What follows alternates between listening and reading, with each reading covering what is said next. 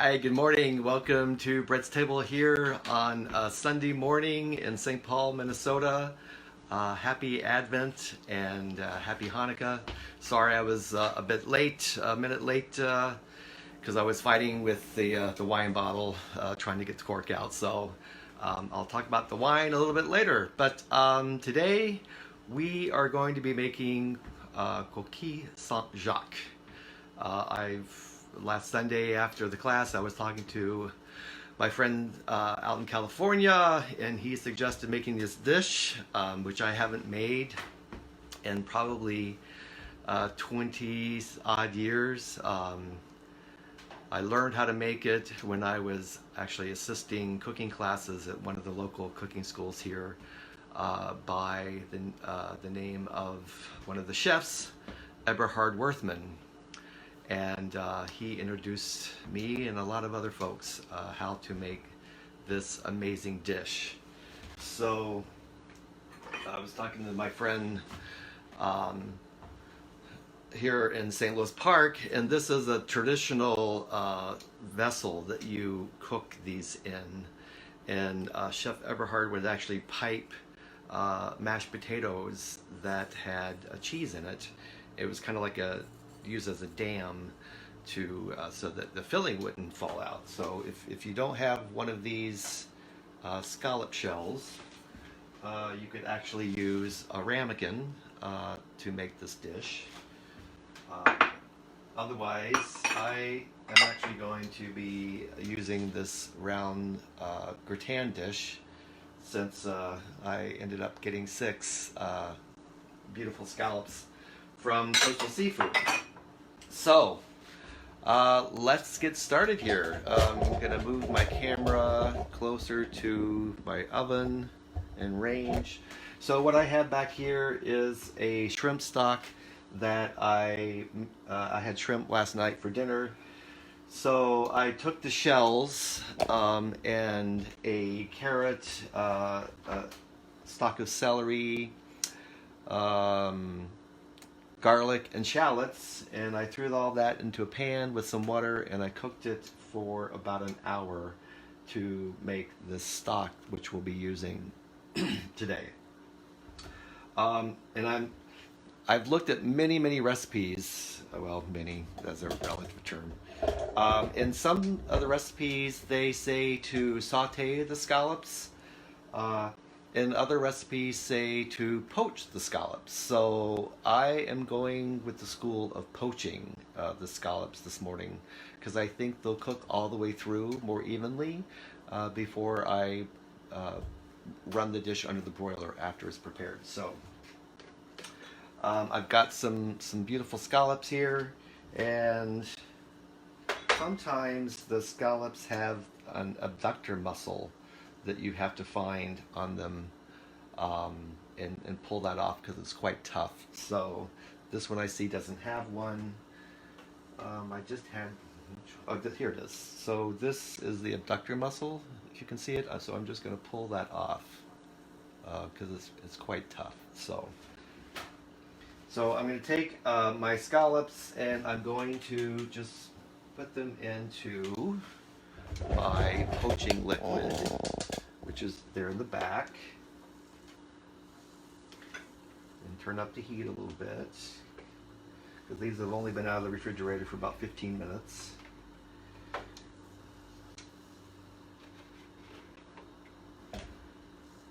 So those will just sit in the poaching liquid and cook, and while they're doing that, I'm going to start this pan here and get my butter. I don't think I'm going to use all this butter, because this recipe generally serves 6, and it's just me, unfortunately, today again. So I'm not going to, what I'm doing is making a bechamel sauce, which I made in one of my earliest YouTube videos, or my Facebook videos. I made a bechamel. So if you go back and look at that, that'll explain again how to make it, even though I'm going to do it again today. So I'm going to melt some butter in my nonstick pan. I'm going to turn up my heat on my scallops. Like I said, I haven't made this in a long time, so I'm kind of winging it here. So get that melted, continue to turn up my heat. If you see, the scallops are poaching nicely and they're submerged. Yeah, they're going to take, not very long at all.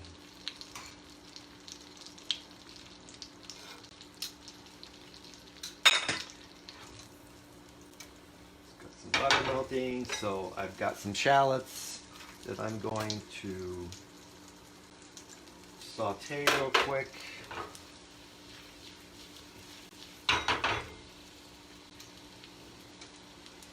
Anybody have any questions so far?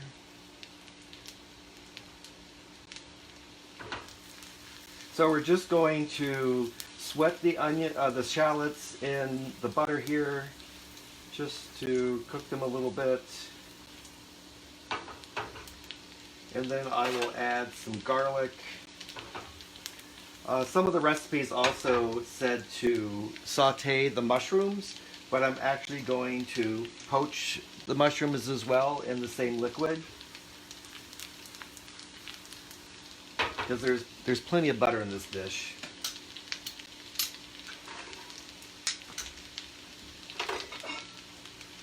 So my scallops are done.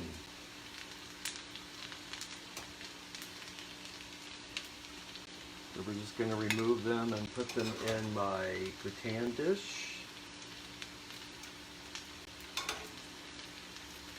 I'm going to turn down my heat.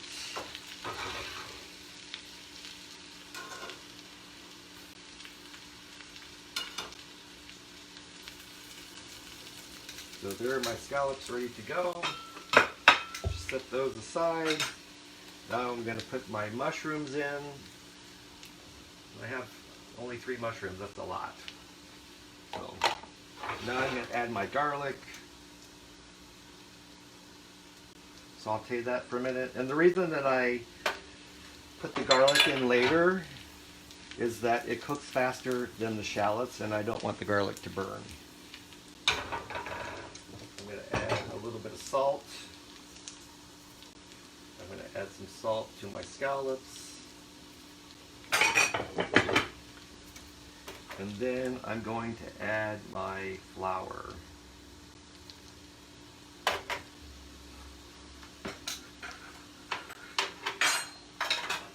And this is a whisk that's designed for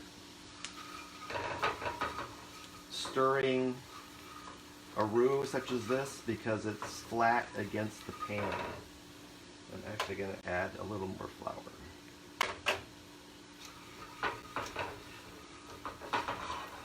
And I'm just cooking the flour.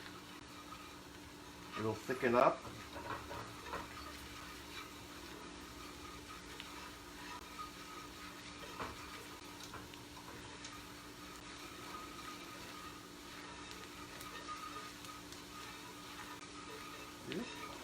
See, everybody can see that? So I'm going to take some stock.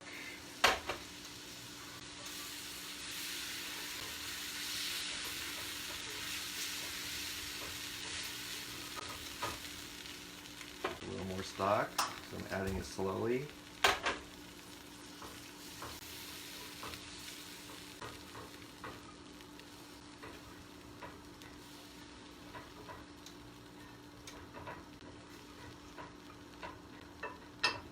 And while that's cooking, my mushrooms have been poached.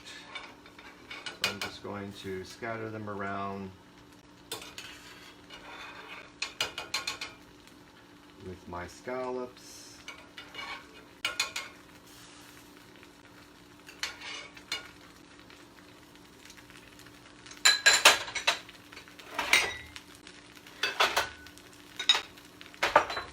Big enough kitchen. So that's cooking nicely. Now I'm going to add some cream. because everything's better with cream, right?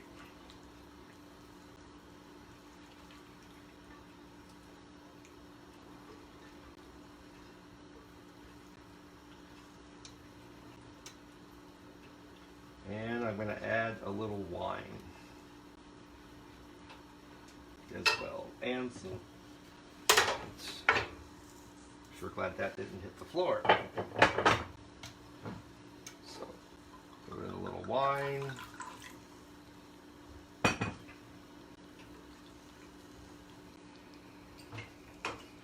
off my back burner.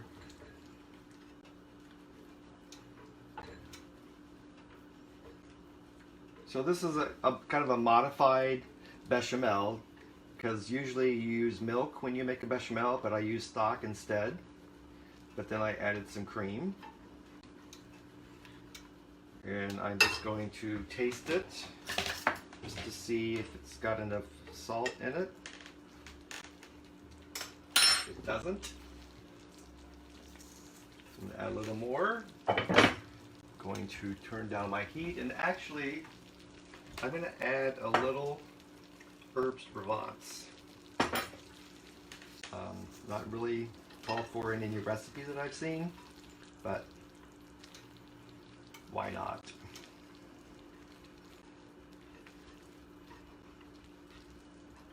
And I'm going to add just a bit of lemon juice.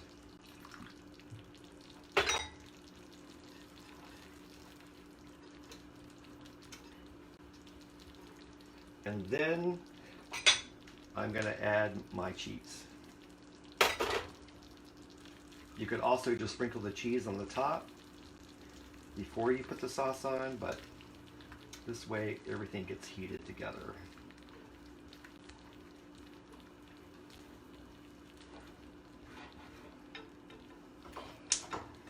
So I have my oven preheated already. So, and I'm going to get a little sheet pan.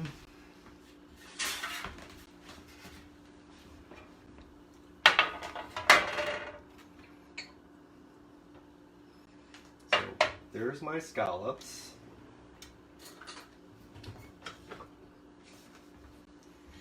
Just going to pour my cheese sauce over my scallops. Not going to use it all. I can save this and make a mac and cheese. Some room here. And I've got some fresh breadcrumbs that I'm going to sprinkle over the top.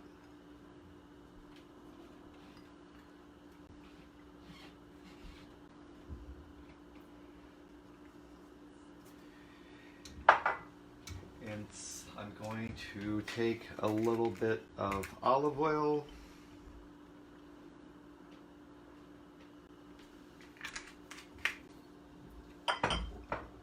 And then this is going to go in the oven under the broiler. So I'm going to move my camera back and into the oven it goes.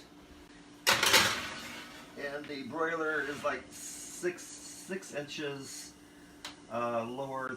The pan is 6 inches lower than the flame. So that's going to take about 5 minutes since the scallops are already cooked. All we're doing is browning the breadcrumbs and getting all of the sauce all bubbly and delicious. So while that's cooking, I'll talk about this wine that I picked up. We're not in France, amazingly so. We are in Italy. And this wine comes from a region that is about 3 hours south of Venice, but only half an hour west of the Adriatic Sea. So kind of in the middle of Italy, half an hour from the coast of the Adriatic. And this wine is, the grape is the Verdicchio. It's a white grape. And according to the experts at the Wine Thief, it should pair beautifully with our scallops or any fish. So it's 100% Verdicchio. It's aged in stainless steel. So no oak is involved, and I haven't had this before, so I'm looking forward to tasting it with my scallops. And before I forget, I'm going to check to make sure they're not burning. So hang on just a second.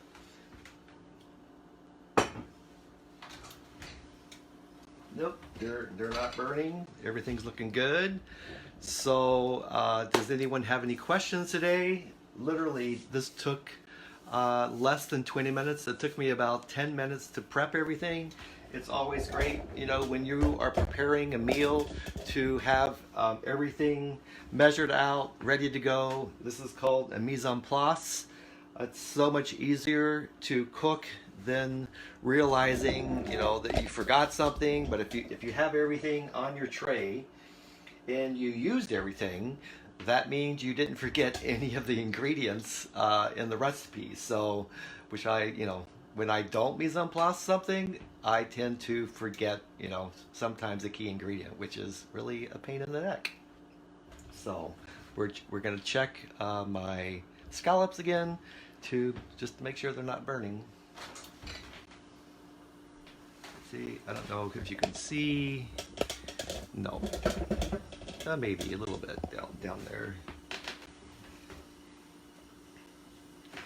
So I'll pull this out of the oven a little bit so you can see what's going on. See everything, the cheese is bubbling, the breadcrumbs are getting nice and brown. So because I poached the scallops ahead of time, I'm not depending on the broiler to cook the scallops since they're already cooked. So basically it's just getting everything nice and toasty and brown, and they'll be ready for brunch. I really miss having someone here to enjoy this lunch with me today. Hopefully, you know, soon we will be able to get together and enjoy each other's company in person. But until then, everyone have a great day, a great Sunday. Eat well and live well, and we will see you next time at Bret's table. So take care, everyone. Before I sign off, I'm going to check the scallops one more time and see what they look like, and we'll go from there. So hang on just a second, back in the oven.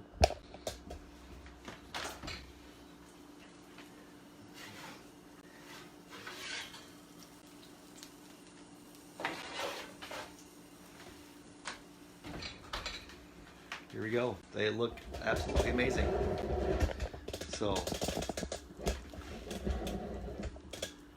there is lunch for me today. So thanks again, everyone. Have an amazing day, and we will see you next time at Brett's table. Also, before I forget, I'm hoping that once this whole pandemic is over and that we can be in each other's physical presence again, that I would love to come to other people's homes and cook with you in video what we are doing. So if anyone is interested in doing that, let me know. It's kind of would be like a mini class, but we'd be videotaping, and I would be asking questions about where, you know, the dish that you want to cook originated, how you got interested in cooking, why you think it's important, you know, talk about the ingredients, where they come from, the farmers who grew them. So just go from there. So thank you so much. Hi, Jeremy, bonjour. Yeah, that's the other thing I was thinking is, like, I think you can buy these frozen. At least there's a frozen food store in France called Picard, and I think I've seen these individually packaged, where all you have to do is run them under the broiler. You don't have to do any cooking at all. So I don't think I've ever seen this in the United States, these coquilles Saint-Jacques. But yep, something else the French do that we don't. So anyway, that's it for today. Have a great day, and we'll see you next time. A bientôt.